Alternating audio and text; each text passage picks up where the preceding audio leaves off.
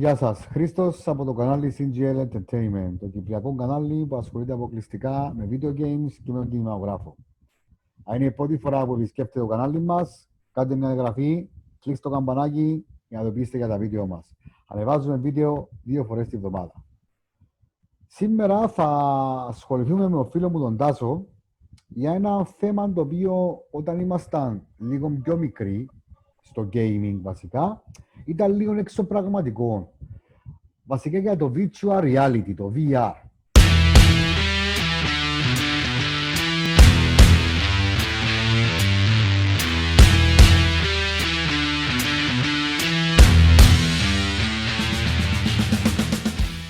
Το οποίο η μοναδική κονσόλα που το έχει αυτή τη στιγμή είναι το PlayStation 4.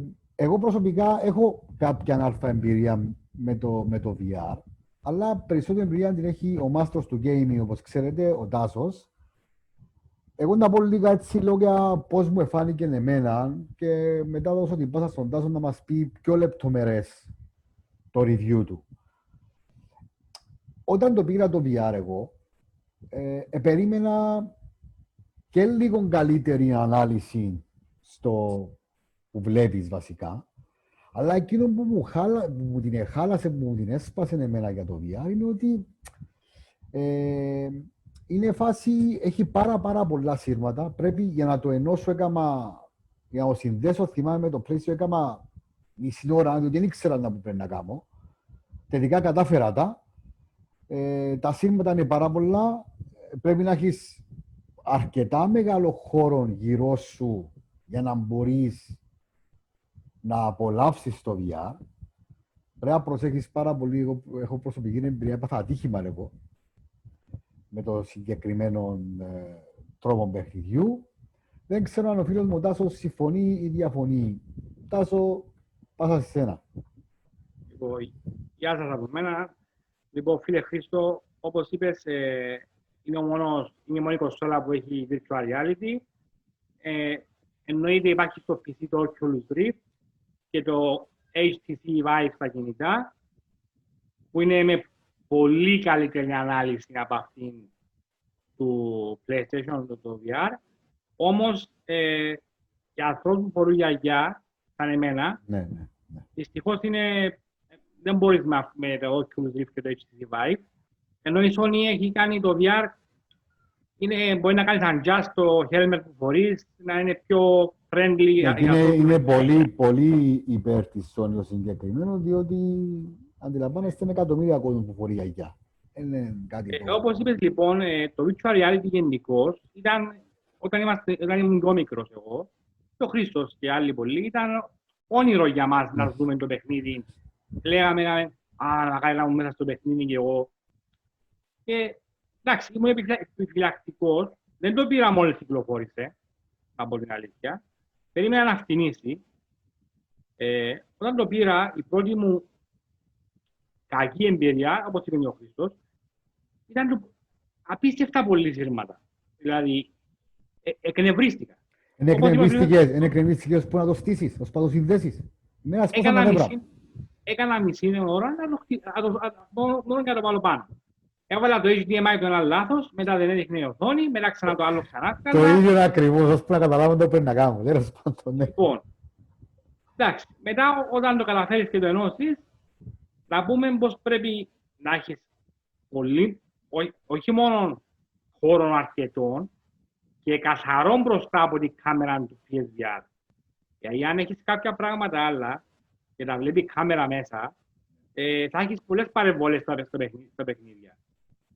Έχω παίξει παιχνίδια όμως που ό,τι και να κάνεις πάλι είχαν disconnect με τα PS Move προσωπικά. Τα παιχνίδια του VR να πούμε κάθε λίγο να κάνεις calibrate η κάμερα, κάθε έτσι φάσεις που ήταν. Ναι. Δηλαδή...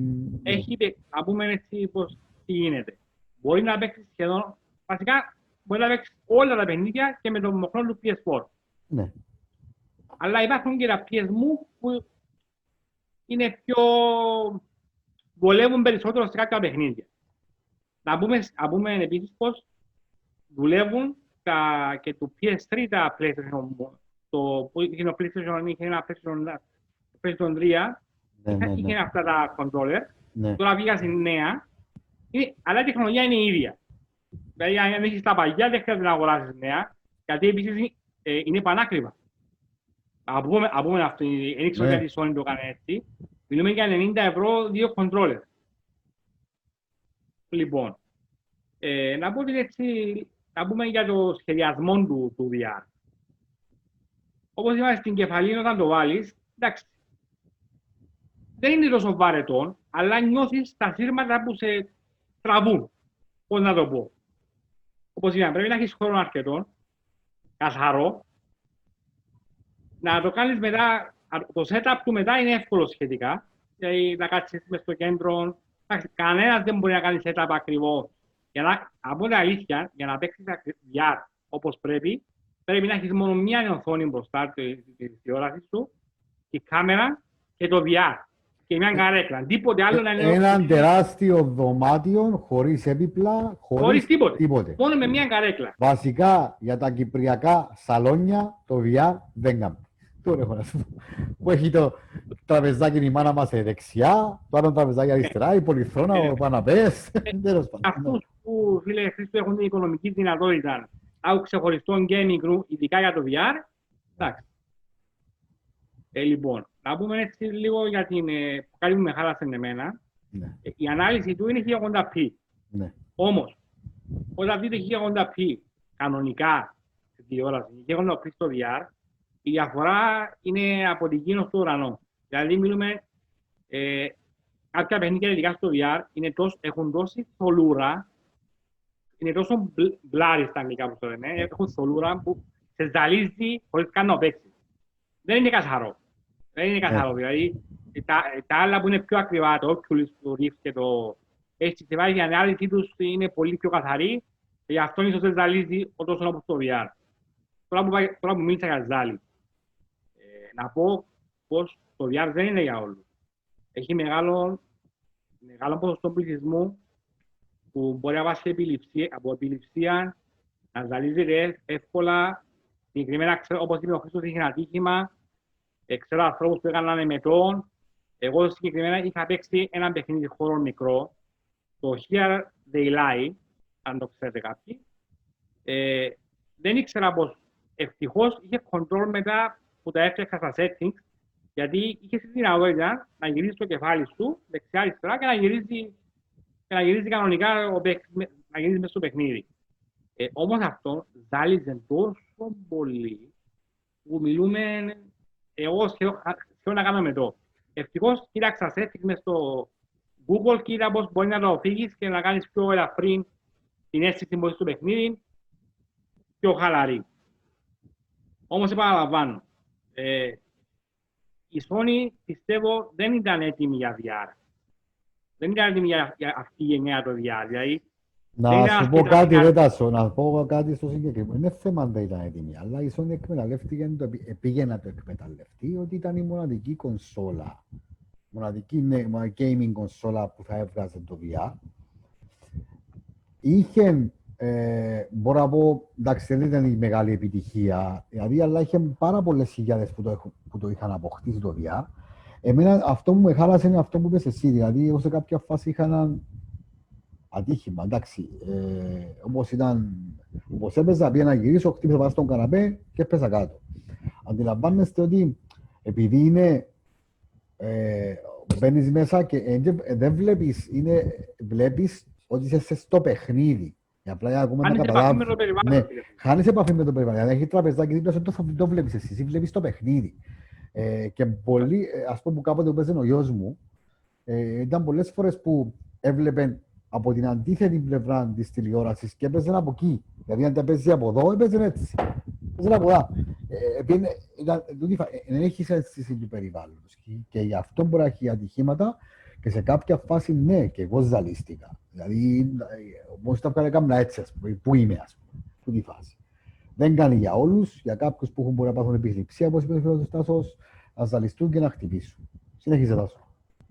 Λοιπόν, όπως λέμε, το παιχνίδι, όπως είπε ο κ. Χρήστος, να συνεχίσω και εγώ για τα προβλήματα του VR, τα moves και γενικά η ανταπόκριση του δεν είναι και τόσο σταθερή όσο θα ήθελα. Έχει μερικά παιχνίδια που είναι πολλά καλή η ανταπόκριση του. Όπως που πιστεύω το καλύτερο παιχνίδι για μένα στο VR είναι το Resident Evil 7. Θα συμφωνήσω με 1000 εδώ. Και όσον απίστευτο, ναι. Όσον και αν σας φαίνεται, γιατί λέμε για το VR πως ζαλίζει, είναι και μεγάλο παιχνίδι και δεν ζαλίζει. Ήταν πραγματικά ωραίο στο VR horror το Resident Evil 7. Πραγματικά δεν λέω φίλε, το πάλι έχει πολλούρα το παιχνίδι. Εννοείται είναι πολύ πιο καθαρό να παίξεις στη TV. Εγώ το παίξα και στα δύο, για να δω τις διαφορές. Όμως είναι το καλύτερο στο VR. Ναι, σωστό. Εγώ, σαν Αναστάσης, το VR το συστήνω για mini games. Δηλαδή, παιχνίδια του 2 και 3 ώρων. Όμως, να κάνετε ένα διάλειμμα, ας δεν είναι κάθε μια ώρα. Όχι φίλε, εγώ θα το πω διαφορετικά. Προσωπικά κάποιος που παίζει VR πρέπει κάθε 20 λεπτά με μισή ώρα να πρέπει να κάνει διάλειμμα. Ναι, είναι το που θέλω να πω. Γιατί βασικά οι ιατροί είναι κάθε μισή ώρα και 20 λεπτά. Ναι. Τώρα μιλούμε για εγώ, επειδή κάνω και εγώ το λάθος το πράγμα, κάνω κάθε μια ώρα κάποτε. Προχτές όταν έπαιζε ένα παιχνίδι, έκανα 4 ώρες και δεν έκανα διάλειμμα, αλλά όταν σηκώστηκα, όταν σταμάτησα, ήθελα να κάνω μερό, ζαλίστηκα. Είναι λες και ήπιες μια πότσα ουίσκι. Παραπάνω. Το θέμα, άλλο ένα πράγμα που ξεχάσαμε να πούμε, είναι πως, ειδικά τώρα τους καλοκαιρινούς μήνες, μιλάμε, όταν βάλεις το VR στο κεφάλι σου, νομίζεις πως είσαι σε φούρνο. Νομίζω ότι κάνεις σάουνα. Φούρνο μικροκυμάτων. Νομίζω ότι η κελιά μου έγινε πίτσα, ρε φίλε. Έτσι και πήρα κάτω. Τρομερή. Στα 5 λεπτά τρέχουν τα δρώματα και πας. Τρέχουν τα δρώματα σου απίστευτα, ναι. Όπως είπα. Λοιπόν, έτσι να ξανακάνω έτσι μια... Ναι. Είπαμε, τα μειονεκτήματα του είναι τα πολλά σύρματα που αν το κάνει wireless η Sony, αν αυξήσει την ανάλυση, αν κάνει καλύτερα τα motion detector της κάμερας, δηλαδή να μην χρειάζεται τόσο χώρος για να πιάνει καλύτερα τις κινήσεις του και ξέρω εγώ. Και να βγάλει καλύτερα παιχνίδια, δηλαδή έχουν βγάλει το Skyrim VR, ένα παιχνίδι που είναι 100 ώρες παιχνίδι. Φίλε, δεν μπορείς. Ας πω κάτι, εγώ που τη μια θέλω να κάνω σε Wi-Fi βασικά το VR, σε wireless, αλλά είναι η φάση τα δικά μας είναι να κάνουμε.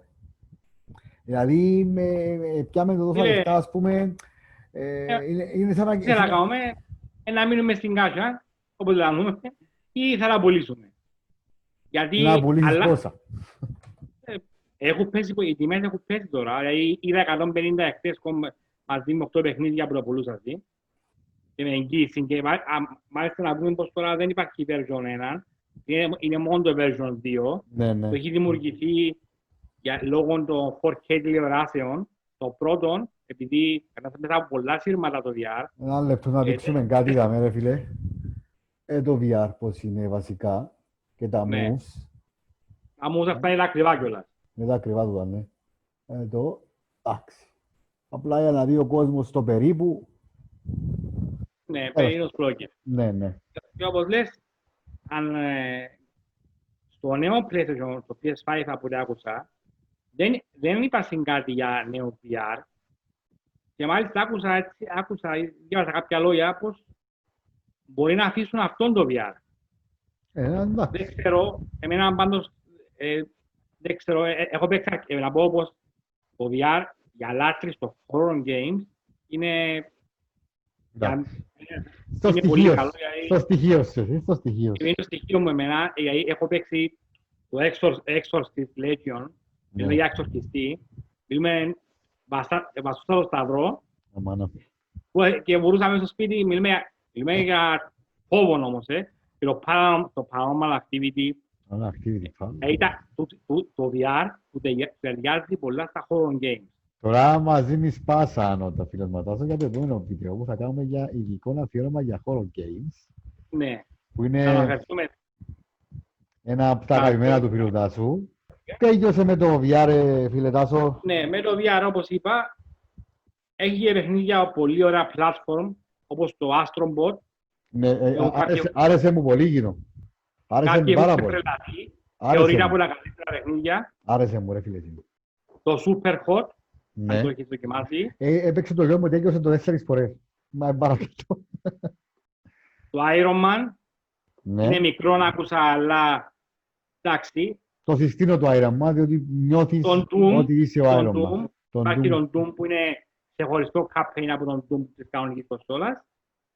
Υπάρχουν παιχνίδια, δεν θα πούμε ποια παιχνίδια, αλλά είναι καλά. Απλώς μιλάμε τώρα για την τεχνολογία του VR και Ναι. πρέπει, τελειώνοντας έτσι, Ναι. να πω το τρία λόγια. Λοιπόν, πρέπει το VR, είπα, το συστήνω για αυτούς που θέλουν να παίζουν λίγες ώρες, είπαμε, να παίζουν αργά. Αν τους αρέσουν τα horror games, που έχει πολλά horror games στο VR, έχει και καλά platforms, και ελπίζω σε ένα άλλο μοντέλο VR που να έχει πιο πολλή ανάλυση, να μην είναι τόσα σύρματα, όπως είπα, να έχει καλύτερο motion detector, να μην χρειάζεται τόσο χώρο εμείς απίστευτο και να... Εγώ δηλαδή συγκεκριμένα έχω βάλει μια πολυθρόνα, αλλά μπροστά δεν μπορώ να έχω ολόκληρο τον χώρο καθαρό. Δηλαδή, όπως είπε και ο Χρήστος, θέλεις ολόκληρη την κάμαρη μόνο για το VR. Ναι, σωστό. Άρα, το VR πιστεύω όμως εγώ, θα πω πως δεν είναι must have. Δηλαδή, δεν είναι... Κάποιος δεν το πιάσει. Μπράβο. Θα συμπληρώσω και θα συμφωνήσω με τον φίλο τον Τάσο ότι το VR, παράδοση 150 ευρώ να πάρεις ένα VR, προτιμά θα τα φυλάξεις να πιάσεις τη νέα κονσόλα της νέας γενιάς, πολύ καλά θα κάνεις, αλλά μπορεί να πεις, φίλε, εγώ θα αναβαθμιστώ από PlayStation 4 κανονικό, θα δώσω κάποια λεφτά και το PlayStation 4 το Pro. Ή το Xbox One με Xbox One X. Δηλαδή αυτό είναι κάτι που πρέπει να το έχει κάποιος gamer. Αν έχεις τα λεφτά, οκ. Αν δεν τα έχεις... Φίλε Χρήστο, να πούμε πως το VR είναι κάτι έξτρα. Μπράβο, ναι. Προσφέρει αυτό το κάτι έξτρα που για κάποιους μπορεί να το λατρεύσουν, αλλά σύμφωνα με τις πωλήσεις του και που βλέπουμε καθημερινά στον κόσμο του gaming και που μιλώ με φίλους gamers, βλέπω πως πολλοί το έχουν και πιάνει σκόνη. Ναι. Δυστυχώς. Δεν θα πω πως είναι mega fail, δεν είναι mega fail, απλώς είχε δύο-τρία πράγματα που ανταέφεραν. Εγώ πιστεύω ότι λόγω το σειρμάτων, ρε φίλε. Σκέφτομαι να έχεις μόνο την κάσκα, θα το βάλεις εκεί, ναι, και να έχεις σαν USB με USB. Η τιμή του στην αρχή είναι απαγορευτική, δηλαδή 350 ευρώ, ναι, μόλις κυκλοφόρησε. Ήταν υπερβολικά νομίζω. Όπως είπαμε, να φτιάξει ανάλυση, να φύγουν τα σύρματα, καλύτερο motion, detection. Δεν έχω να πω κάτι άλλο. Όπως είπαμε, δεν θα χάσετε κάτι αν δεν το πάρετε τώρα. Γιατί κυριολεκτικά νομίζω πλέον με την έλευση του PS5 θα φτηνίσει απίστευτα. Πας θέλει κάποιος να το δοκιμάσει, να δει περί πρόκειται το VR. Είπαμε, δεν είναι fail, αλλά δεν είναι και ούτε must have, δηλαδή αν δεν το πάρει κάποιος, δεν θα χάσει κάτι σαν... Είναι εμπειρία, αλλά δεν θα πει, μα δεν πήρα το VR, δεν θα πω, έχασα πολλά πράγματα. Εντάξει, για κάποιους μπορεί να αξίζει περισσότερο, εγώ δεν το συστήνω σαν αγορά, λόγω των προβλημάτων των τεχνολογικών που έχει. Αν δεν τα έχει αυτά, τα τρία προβλήματα που είπα, θα το σύστηνα ανεπιφύλακτα. Ελπίζω να καλυτερεύσει στην επόμενη γενιά. Αυτά είχα να πω, φίλε Χρήστο. Γεια σας από μένα, στο Χρήστο. Νομίζω ότι ο φίλος ο Τάσος μας εκάλυψε 100% για συγκεκριμένη παροχή που μας δίνει το PlayStation 4, το VR. Εγώ θα ήθελα να ακούσουμε και εγώ και ο φίλος ο Τάσος τα σχόλια σας από κάτω. Να μας πείτε κατά πόσο όσοι έχουν δοκιμάσει, να μας πείτε τις εμπειρίες τους, όχι δεν το δοκιμάσει, να ακούσουμε τις ερωτήσεις τους. Θέλω να ευχαριστήσω για μια ακόμα φορά όλους εσάς που μας παρακολουθήσατε μέχρι το τέλος. Όσοι δεν έχετε κάνει εγγραφή, κάντε εγγραφή στο κανάλι μας. Κλείστε το καμπανάκι να δεν πείστε για τα βίντεο μας. Ανεβάζουμε βίντεο 2 φορές την εβδομάδα. Μέχρι την επόμενη φορά, να είστε όλοι καλά. Γεια σας.